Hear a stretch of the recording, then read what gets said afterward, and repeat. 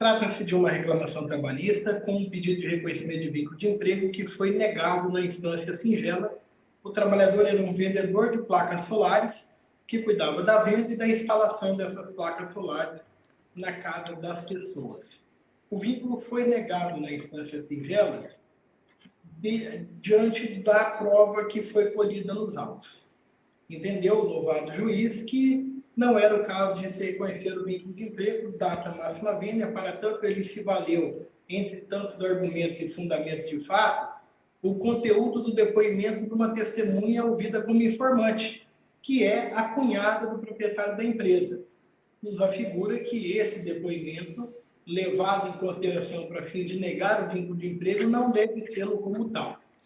E, não obstante isso, ainda que superada essa preliminar da utilização de um depoimento de um informante, a causa é suficientemente madura para se reconhecer o vínculo de emprego.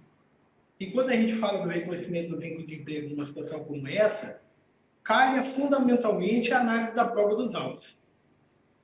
Ter em vista, e aí precedentes dessa mesma segunda turma, de que ainda quando exista uma prova dividida, o que há de prevalecer é o entendimento em favor daquele que, não sendo obrigado à produção da prova, é beneficiado pela prova dividida.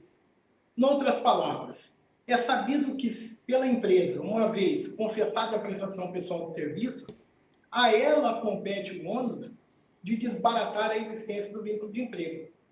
Nesse caso em específico, superado esse depoimento da informante, nada autoriza a supor, exceto ainda que fosse uma prova dividida, que não tenha existido vínculo de emprego. É preciso ter em vista, Vossa Excelência, que, primeiro ponto, a sentença considerou que não haveria vínculo de emprego porque houve sim uma representação comercial. Todavia, uma representação comercial, sem que tenha existido contrato de representação comercial por escrito, pressuposto da solenidade do ato, sem que o trabalhador tenha se inscrito no órgão de classe dos representantes comerciais, também pressuposto indispensável do reconhecimento como tal. Logo, me parece que houve uma malversação do princípio da aplicação do princípio da primazia da realidade, quando estes devem convolar em favor do vínculo de emprego e não o contrário. Desmerecer o vínculo de emprego para fins de reconhecer um contrato de representação comercial tácito, não escrito, não me parece ser o caso.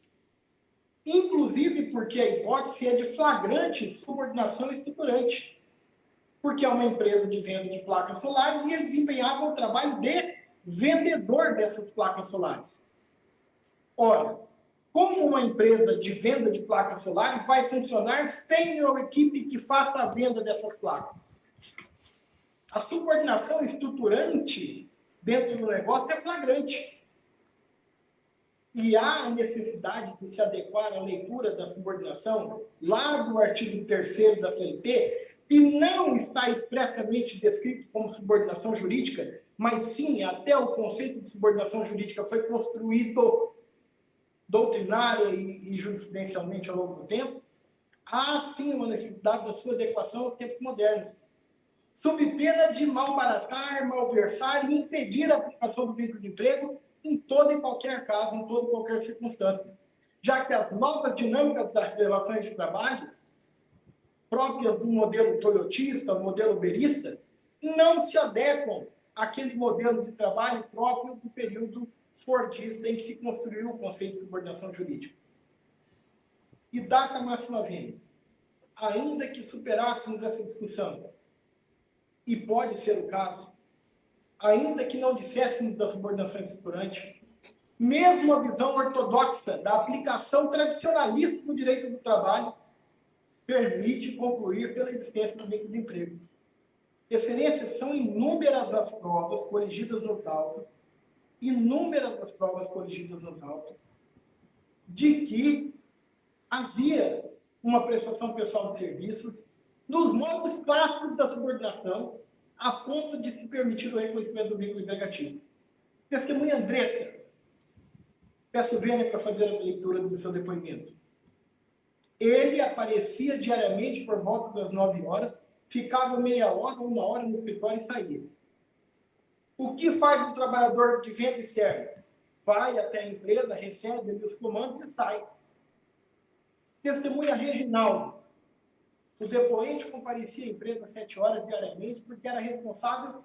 Veja, ele não fazia só as vendas. Ele era responsável desde a equipe de instalação e ficava até aproximadamente às 9 horas e saía para as instalações. O seu trabalho não era só de venda, mas também de instalação. Ainda o depoimento da testemunha Andressa. Ao que sabe o depoente, o reclamante não poderia se negar a atender algum cliente. Vejam, excelência, se o reclamante vai na empresa todo dia, cuida da instalação das placas que foram vendidas, não pode se negar a atender o cliente. Estão aí os pressupostos fáticos da subordinação jurídica.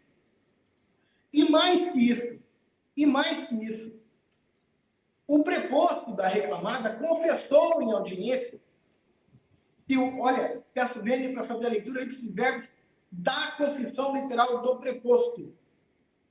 O reclamante e todos os representantes utilizavam o uniforme da empresa, o que faz parte do regulamento da reclamada por questão de imagem.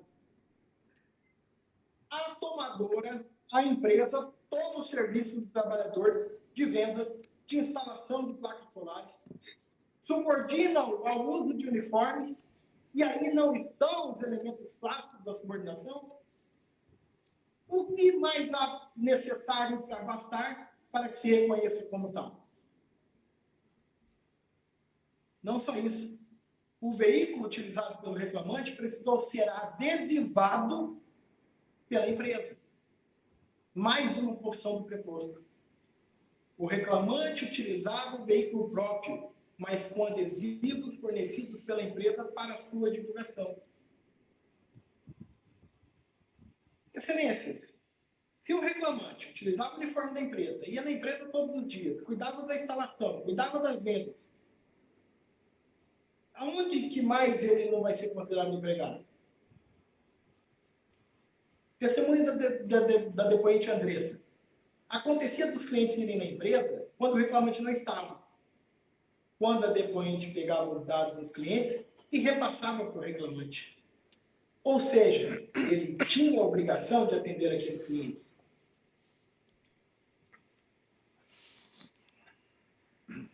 Depoimento do testemunha Reginaldo.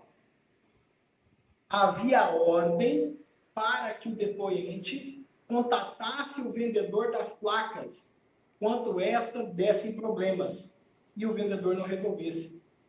Deveria contatar o responsável.